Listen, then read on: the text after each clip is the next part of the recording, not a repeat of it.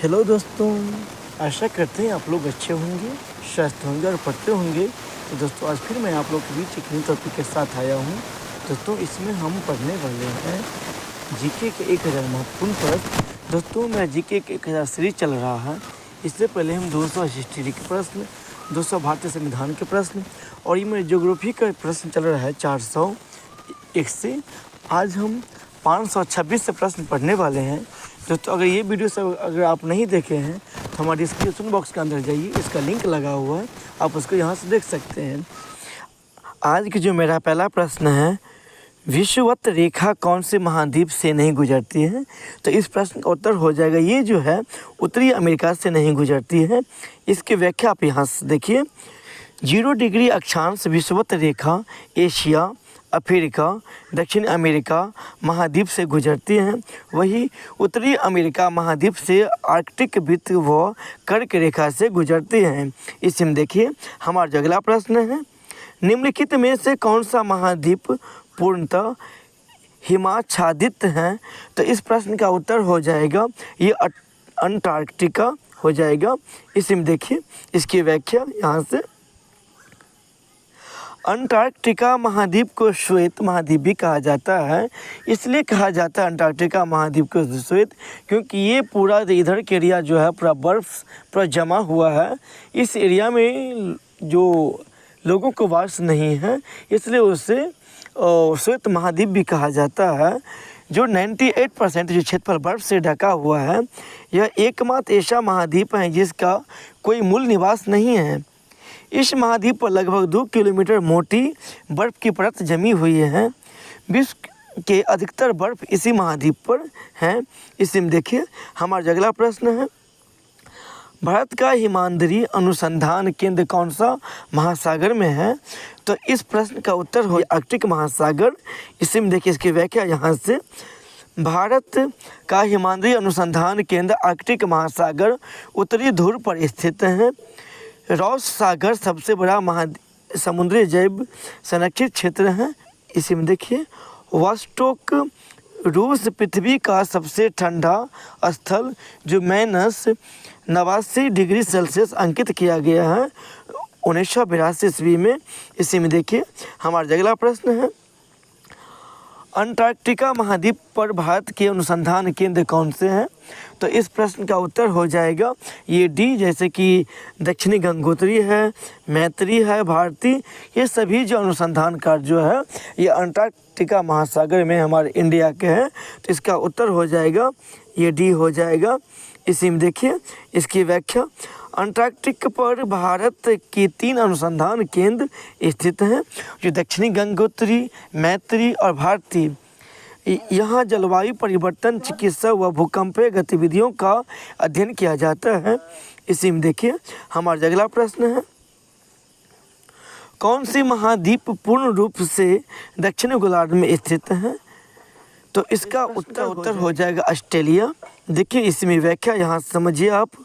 Australia महाद्वीप पूर्ण रूप से दक्षिणी गोलार्ध में स्थित है। ऑस्ट्रेलिया महाद्वीप के मध्य से 23 डिग्री दक्षिणी अक्षांश मक्का रेखा गुजरती है। कम वर्षा तथा सीमित जल संसाधन होने के कारण इसे प्यासी भूमि का देश भी कहा जाता है। इसी में देखिए आगे जो हमारा जो प्रश्न है, मारे डार्लिंग नदी के संदर्भ में असत्य कथन है। तो इस प्रश्न का उत्तर हो जाएगा मारे नदी के किनारे पार्थ शहर स्थित है। इसकी व्याख्या आप यहाँ समझिए। डार्लिंग नदी के किनारे सिडनी शहर स्थित है, इसको याद रखिए। इन नदियों के मध्य रिवेरीना का मैदान गेहूं उत्पादन के लिए प्रसिद्ध है। पार्थ शहर स्वान नदी पर भी स्थित है। इसी में देखिए पार्थ शहर स्वान नदी पर स्थित है। इसी में देखिए हमारा अगला प्रश्न है, ऑस्ट्रेलिया के उत्तर पश्चिम में किम्बरले पठार से कौन सी नदी निकलती है? तो इस प्रश्न का उत्तर हो जाएगा ये जो है विक्टोरिया नदी जो है ये निकलती है। इसकी व्याख्या आप यहाँ समझिए। ऑस्ट्रेलिया के उत्तर पश्चिम में किम्बरले पठार से विक्टोरिया नदी निकलती है।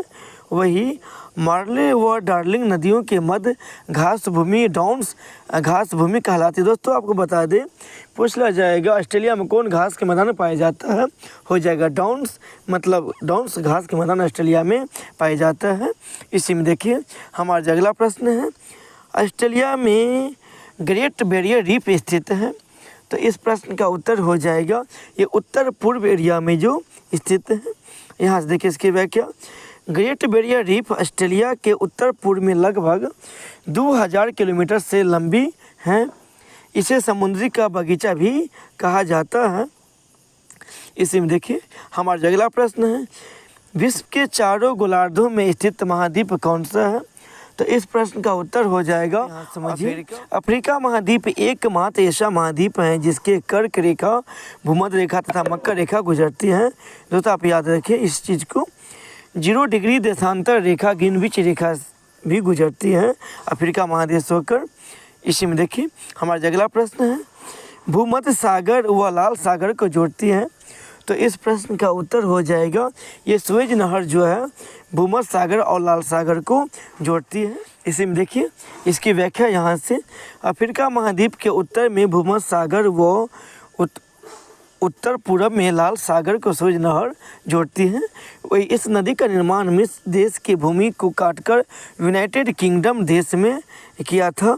सुएज नहर का अंतर्राष्ट्रीयकरण सन 1956 में किया गया है। इसी में देखिए हमारा अगला प्रश्न है, भूमध्य सागर का प्रवेश द्वार कहा जाता है। इस प्रश्न का उत्तर हो जाएगा जिब्राल्टर जल संधि जो है भूमध्य सागर का प्रवेश द्वार कहा जाता है। इसी में देखिए इसकी व्याख्या, जिब्राल्टर जल संधि को स्पेन, यूरोप तथा मोरक्को अफ्रीका के मध्य स्थित है। यह जल संधि भूमध्य सागर को अटलांटिक महासागर से भी जोड़ती है। इसे भूमध्य सागर की कुंजी व भूमध्य सागर का प्रवेश द्वार भी कहा जाता है, इसको याद रखें। इसी में देखिए अफ्रीका महाद्वीप की सबसे ऊंची चोटी कौन है। तो इस प्रश्न का उत्तर हो जाएगा ये माउंट किलिमंजारो जो है अफ्रीका महादेश के सबसे ऊंची चोटी है। यहाँ देखिए अफ्रीका महादेश की सबसे ऊंची चोटी माउंट किलिमंजारो जो 5895 मीटर है। इसी में देखिए माउंट किलिमंजारो तंजानिया में स्थित है। दोस्तों आप कमेंट बॉक्स में उत्तर दीजिए जो एशिया महादेश के सबसे ऊंचे माउंट जो चोटी कौन है। इसी में देखिए हमारा अगला प्रश्न है, एटलस पर्वतमाला अफ्रीका महाद्वीप में स्थित है। तो इस प्रश्न का उत्तर हो जाएगा ये जो उत्तर पश्चिम में जो है। इसी में देखिए इसकी व्याख्या यहाँ समझिए आप, एटलस पर्वतमाला अफ्रीका महाद्वीप के उत्तर पश्चिम में स्थित है। इसे उत्तरमाला पर्वतमाला भी कहा जाता है, उसे उत्तरतम पर्वतमाला भी कहते हैं। एटलस नवीन वलित पर्वत की श्रेणी में आता है। इसी में देखिए हमारा अगला प्रश्न है, अफ्रीका के कालाहारी मरुस्थल में कौन सी जनजाति पाई जाती है। तो इस प्रश्न का उत्तर हो जाएगा बुशमैन, वो जनजाति पाई जाती है। इसी में देखिए हमारा अगला प्रश्न है, अफ्रीका के कालाहारी मरुस्थल में बुशमैन व जूलू जनजाति पाई जाती है। दोस्तों आपको पूछ लिया जाएगा ये बुशमैन और जूलू जनजाति किस देश में पाए जाते हैं, किस महादेश में। तो हो जाएगा अफ्रीका महादेश में ये पाए जाते हैं। इस सबको आप याद रखें। और अफ्रीका एकमात्र ऐसा महादेश है जिसे कर्क, मकर और भूमध्य रेखा गुजरती है। इसी में देखिए आगे, यह अफ्रीका महाद्वीप के दक्षिणी भाग में दक्षिण अफ्रीका, नामीबिया व बोत्सवाना देशों में फैला है। कालाहारी का शाब्दिक अर्थ जलहीन स्थान होता है। इसी में देखिए हमारा अगला प्रश्न है, मिस्र में असवान बांध कौन सी नदी पर स्थित है। तो इस प्रश्न का उत्तर हो जाएगा ये नील नदी पर स्थित है। इसकी व्याख्या देखिए यहाँ से, नील नदी पर मिस्र में असवान बांध स्थित है। नील नदी पर मिस्र में नासिर झील स्थित है। इसी में देखिए आगे, असवान बांध से सिंचाई के लिए नहरों निकाली गई हैं तथा जल विद्युत भी उत्पन्न की जाती हैं। इसी में देखिए हमारा अगला प्रश्न है, विश्व प्रसिद्ध किम्बरले हीरे की खान कहाँ स्थित है। तो इस प्रश्न का उत्तर हो जाएगा अफ्रीका में ही स्थित है। इसकी व्याख्या आप यहाँ समझिए, अफ्रीका महाद्वीप में किम्बर्ले में विश्व प्रसिद्ध हीरे की खान है। किम्बर्ले को हीरे का नगर भी कहा जाता है। विश्व की सबसे लंबी मानव निर्मित सुरंग किम्बर्ले खान क्षेत्र में स्थित है। जोहान्सबर्ग निम्नलिखित में से किसके लिए प्रसिद्ध है? तो इस प्रश्न का उत्तर हो जाएगा, ये जो है सोने की खान के लिए प्रसिद्ध है। इसी में देखिए, इसकी व्याख्या आप यहाँ समझिए। दक्षिण अफ्रीका के जोहान्सबर्ग को स्वर्ण नगर, स्वर्ण मंडी कहते हैं। दक्षिण अफ्रीका का सबसे बड़ा शहर जोहान्सबर्ग है, जो प्रमुख औद्योगिक प्रदेश भी है। इसी में देखिए, हमारा जो अगला प्रश्न है, निम्नलिखित में से मध्य अमेरिका का देश है। तो इस प्रश्न का उत्तर होगा, ये जो है ये ग्वाटेमाला भी है, अल सल्वाडोर, होंडुरस, ये सभी हैं। तो उसका उत्तर हो जाएगा डी। इसकी व्याख्या आप यहाँ समझिए। मध्य अमेरिका में कुल 7 देश हैं जो इस प्रकार हैं, जैसे कि Guatemala, Belize, El Salvador, Honduras, Nicaragua, Costa Rica, Panama, ये सभी देश मध्य अमेरिका में ये पाए जाते हैं। इसी में देखिए, हमारा अगला प्रश्न है, जल ग्रहण क्षेत्र के आधार पर विश्व की सबसे बड़ी नदी कौन है? तो इसका उत्तर हो जाएगा ये अमेजन नदी जो है। इसी में देखिए, इसकी व्याख्या आप यहाँ समझिए। विश्व की नील नदी के पश्चात दूसरी सबसे लंबी नदी जो है, विश्व में सबसे अधिक जल प्रभाव अमेजन नदी के द्वारा होता है।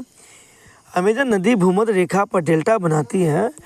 दोस्तों, आप हमारे कमेंट बॉक्स में कमेंट कीजिए, जो गंगा और ब्रह्मपुत्र जो है कहाँ पर, किस राज्य में डेल्टा बनाती है। इसी में देखिए, अमेजन में पाए जाने वाले विषुवत रेखीय वनों को शेलवास कहा जाता है। इसी में देखिए, हमारा जो अगला प्रश्न है, दक्षिणी अमेरिका का सबसे ऊंचा पठार कौन सा है? तो इस प्रश्न का उत्तर हो जाएगा बोलिविया का पठार होगा। इसी में देखिए, इसकी व्याख्या यहाँ से, पेरू व बोलिविया के मध्य पटल विरूपणी बल से निर्मित अंतर पर्वतीय पठार है। यह टीन उत्पादन के लिए प्रसिद्ध है। इसी में देखिए, बोलिविया का पठार एंडीज मोरदार पर्वत के बीच स्थित है। इसी में देखिए, हमारा जो अगला प्रश्न है, दक्षिणी अमेरिका में आटाकामा मरुस्थल स्थित है। तो इस प्रश्न का उत्तर हो जाएगा ये उत्तरी चिली होगा। यहाँ देखिए, इसकी व्याख्या आप यहाँ समझिए। अर्जेंटीना में स्थित पेंटागोनिया का मरुस्थल एक ठंडा मरुस्थल है, एवं अटकामा का मरुस्थल सूखा मरुस्थल एक गर्म मरुस्थल है, जो मुख्यतः उत्तरी चिली में स्थित है। अटाकामा मरुस्थल में नाइट्रोजन के भंडार हैं। इसी में देखिए, हमारा अगला प्रश्न है, टीटीकाका झील के संदर्भ में असत्य कथन कौन है? तो इस प्रश्न का उत्तर हो जाएगा ये ब्राज़ील व इक्वाडोर की सीमा बनाती है, गलत हो जाएगा। बाद में कि देखिए, ये सब सही होगा, ये गलत है। तो यही असत्य पूछ रहा है। विश्व की सबसे ऊंची नौकागम्य झील है ये टीटीकाका झील। ये क्रेटर झील है और इसे हनीमून झील भी कहते हैं, टीटीकाका झील को। तो इसकी व्याख्या आप यहाँ समझिए। दक्षिणी अमेरिका में पेरू व बोलिविया सीमा पर विश्व की सबसे अधिक ऊंची नौकायान झील टीटीकाका है। इसकी ऊंचाई लगभग जो है समुद्र तल से ये 3811 मीटर है।